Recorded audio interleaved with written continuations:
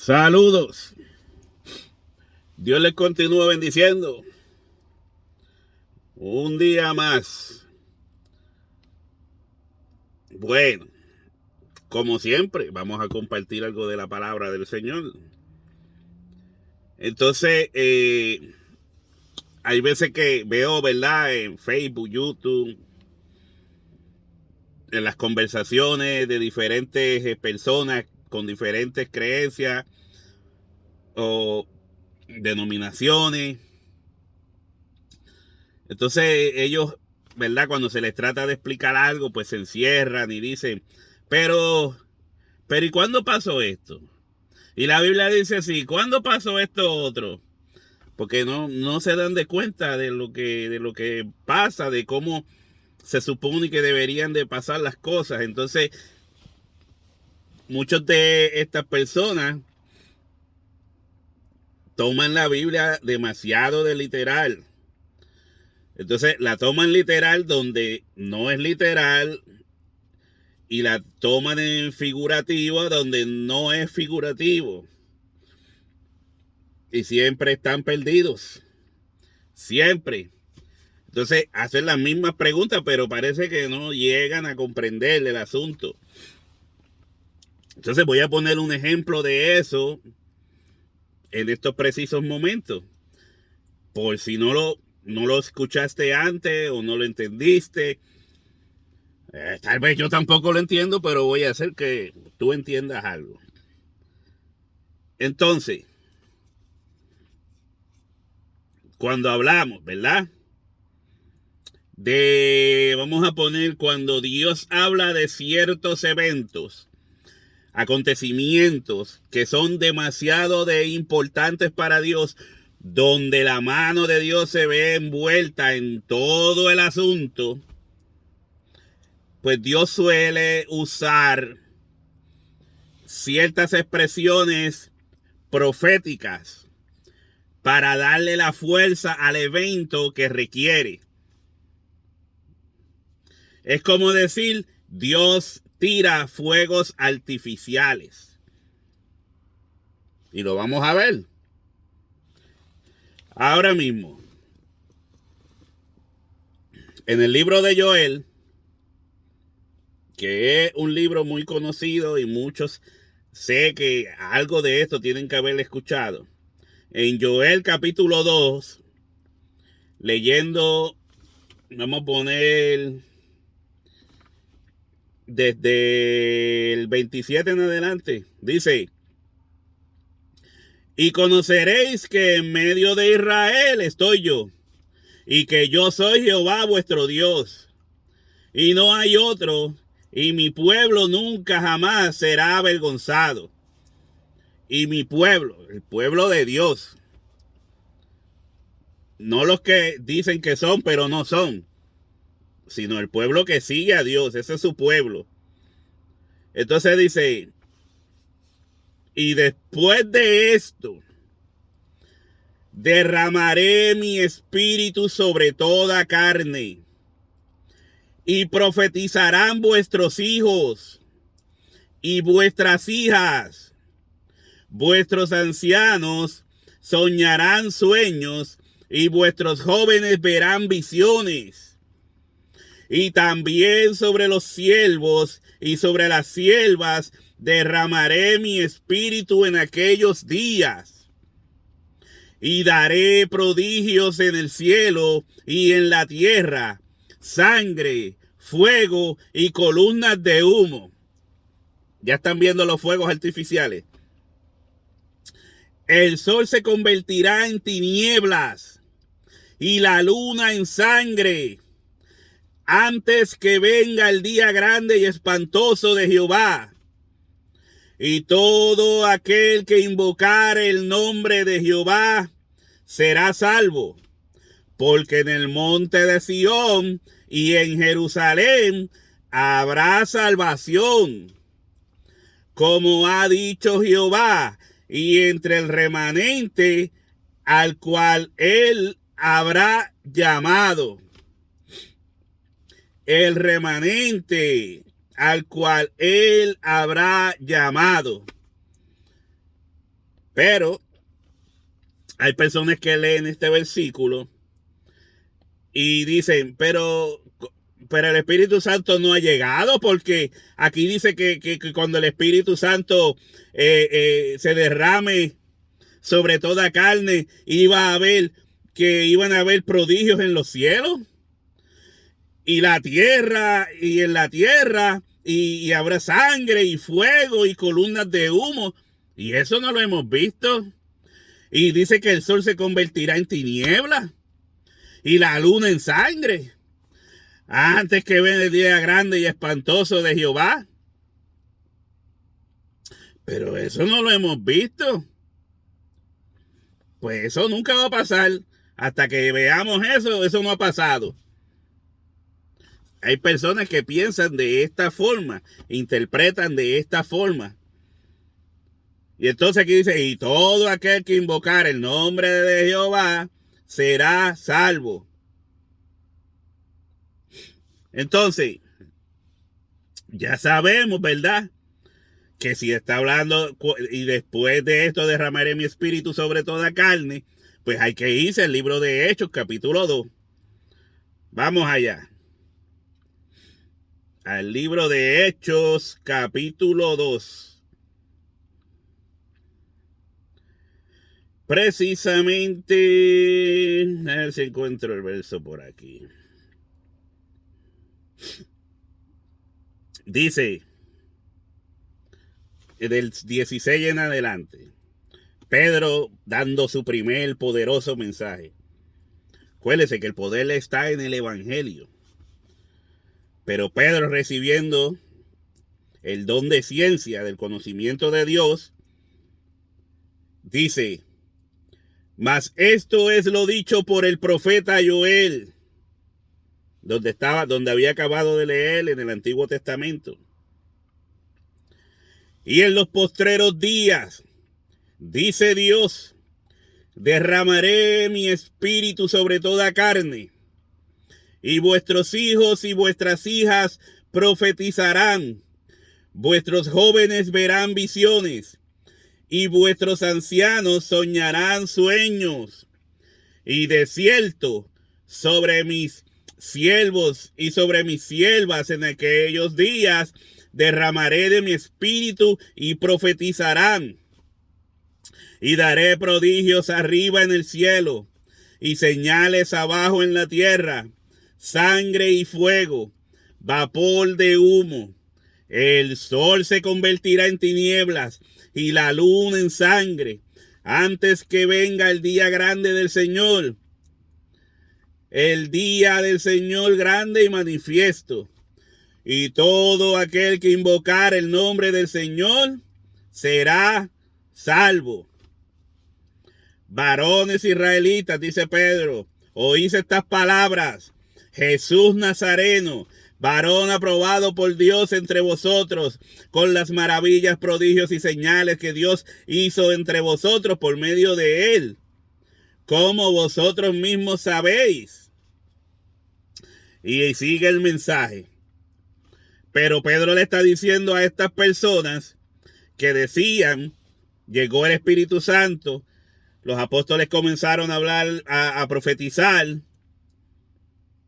en lenguas. Cada uno entendía lo que ellos decían y decían, no, esta gente tienen que estar ebrios. Ellos están ebrios. Y Pedro dice, ¿cómo vamos a estar ebrios si son las horas de la mañana? Ustedes saben que hay que trabajar, hay que hacer las cosas diarias, ¿verdad? Y le dice, no, ustedes están equivocados. Esto es lo dicho por el profeta Joel. Esto es lo dicho por el profeta Joel. ¿Y qué dijo Joel que iba a pasar este día? Y daré prodigios arriba en los cielos y señales abajo en la tierra, sangre y fuego, vapor de humo. El sol se convertirá en tinieblas y la luna en sangre antes que venga el día del Señor grande y manifiesto. Y todo aquel que invocar el nombre del Señor será salvo. O sea, lo más seguro lo más seguro usted puede pensar que no, es que eso va a pasar en el futuro, como sea. Pedro está diciendo que eso pasó ese día. Pedro está diciendo que ese era el día que había profetizado Joel, nuestro hermano Joel, el profeta. Eso es lo que se había dicho, lo que el Espíritu dijo. Entonces ahí es donde la gente se turba y dice, pero es que no hubo, el sol no se convirtió en tinieblas, ni hubo sangre, ni fuego, y señales abajo en la tierra, ni, tú sabes, unas cuestiones que, si usted lo pone, usted puede decir, no, esas son las señales de cuando iba a llegar el Espíritu Santo, o las señales del día en que llegaría el Espíritu Santo. No, Dios lo presentó así, con fuegos artificiales. Porque para Dios es un día grandioso, donde su espíritu se derramaría sobre toda carne que acepte al Hijo. ¿Entiendes? No cualquiera. No es que iba a derramarse sobre cualquiera, sino sobre todo aquel que invocara el nombre del Señor. ¿Entiendes? Entonces, estas son las cosas que usted no puede confundirse. ¿Entiende? Y hay personas que les molesta a lo mejor que yo diga, ¿entiende? Pero ahora, cuando vamos a Mateo 24, cuando vamos al verso 29, dice así, hablando, ¿verdad?, de los acontecimientos que serían obvios, que estarían pasando en el primer siglo. Mire esto, dice aquí, e inmediatamente después de la tribulación de aquellos días, el sol se oscurecerá y la luna no dará su resplandor y las estrellas caerán del cielo y las potencias de los cielos serán conmovidas. ¿No se parece eso a lo que estaba hablando Joel también? ¿Se parece o no se parece? Fuego, el sol en tinieblas. Y dice, entonces aparecerá la señal del Hijo del Hombre en el cielo. Y entonces se lamentarán todas las tribus de la tierra. Ya he hecho otros videos explicando esto, ¿verdad? De que aquí no se está hablando del arrebatamiento. No se está hablando del arrebatamiento. Pero como puede ver, se usan expresiones como las que usó Joel para explicar el día del derramamiento del Espíritu Santo en el día de Pentecostés. Hechos capítulo 2. Entonces, el sol no se volvió tiniebla, no hubo fuego, vapores y cosas. No pasó nada de eso. No pasó nada de eso. Pero sí hubo una gran victoria para Dios. Cuando por medio del mensaje dado por el Espíritu a Pedro, se convirtieron muchas personas. Aceptaron al Señor ese día. Entonces, aquí se presenta también como inmediatamente después de la tribulación de aquellos días, el sol se oscurecerá y la luna no dará su resplandor. Mire para allá. Y las estrellas caerán del cielo. Las estrellas caerán del cielo. Eso no es literal. Eso no es literal. No tome eso como literal. Se confunde. Pero esto no ha pasado porque ese día tiene que pasar eso que dice ahí. Pues tampoco el Espíritu Santo se derramó, porque tenían que haber señales ese día. y no ocurrieron. Pero sí se derramó el Espíritu Santo. Y sí, Pedro dijo por medio del Espíritu que ese fue el día anunciado por Joel. En la forma que lo anunció, pero así aconteció. No como se leía. Es lo mismo en este sentido. En este sentido dice que habría, está, después de la tribulación de aquellos días, el sol se oscurecerá, las estrellas caerán del cielo, las potencias de los cielos serán conmovidas. Y aquí se está hablando, mire, entonces aparecerá la señal del Hijo del Hombre, y entonces lamentarán todas las tribus de la tierra, y verán al Hijo del Hombre viniendo sobre las nubes del cielo con poder y gran gloria, y enviará a sus ángeles con gran voz de trompeta, y juntará a sus escogidos de los cuatro vientos, desde un extremo del cielo hasta el otro. Si el capítulo 30, que va, ¿verdad?, en línea, en paralelo con el 31 y el 32, si el primer capítulo en cierta forma hace una exageración de eventos, ¿verdad? Pues, ¿cómo usted puede entender que los otros dos capítulos son como usted los está leyendo? Son literales. ¿Cómo usted puede creer eso? Esa no es la forma de estudiar la palabra. Si desde arriba te está diciendo los eventos, pues uno tiene que interpretar correctamente. Entonces, hay muchos otros capítulos donde Jesucristo anuncia una venida, pero no su segunda venida. Él anuncia una venida. Y sabemos que Jesucristo dijo que Dios le dio a él el hacer el juicio. Y sabemos que Jesucristo anunció juicio contra Jerusalén. Y él dijo que su reino vendría. ¿Y cuál es ese reino? Su reino es la iglesia. Y cuando la iglesia viene a cumplir con un propósito, es como ver a Jesucristo. Mire esto.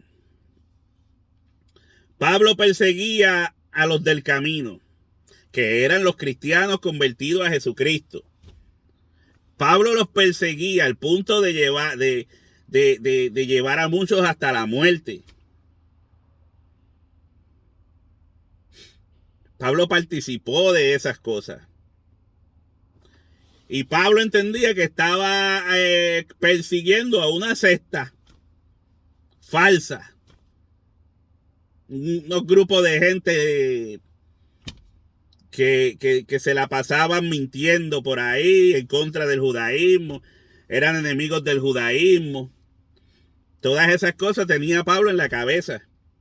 Hasta que, yendo por el camino, se encuentra ¿con quién? Con Jesucristo. No fue con un hermano. No fue con Pedro, no fue con Juan. Él se encontró con Jesucristo. Pero él no entendía que Jesucristo era real y él no entendía que perseguía a Jesucristo. ¿Y qué le dice Jesucristo? Pablo, ¿por qué me persigues? Pablo, ¿por qué me persigues? La iglesia es el cuerpo de Jesucristo. Perseguir a la iglesia es perseguir a Jesucristo. Si la iglesia viene, viene Jesucristo. Si la iglesia va Jesucristo. Porque Él es cabeza de la iglesia, que es su cuerpo. Por eso le dice eso claramente a Pablo. ¿Por qué me persigues? Pablo no entendía que estaba persiguiendo a Jesucristo. Porque para Pablo eso no era real, eso no era verdad. Para Pablo Jesucristo había muerto. como le habían dicho. Perdón. Y ese era el punto, que Jesucristo venía en juicio contra Israel. Por eso no es que ellos lo vieron literalmente. Ellos no lo vieron literalmente, pero sí vieron lo que él le había dicho que ocurriría. Entrando aún a Jerusalén, les dijo que serían destruidos, que su casa sería dejada desierta. ¿Cuántas veces quise juntarte como la gallina junta a sus polluelos, mas no quisiste? O sea que ellos vieron a Jesucristo en el cumplimiento de sus palabras. Por eso él dice, verán al Hijo del Hombre viniendo. Pero tú sabes quién fue que vieron: al ejército romano afuera de sus muros, tratando de entrar para aniquilar a todo el mundo allá adentro. Pero se tienen que haber acordado, esto fue lo que dijo aquel hombre que decía ser el Hijo de Dios. Vieron a Jesucristo en el cumplimiento de sus palabras.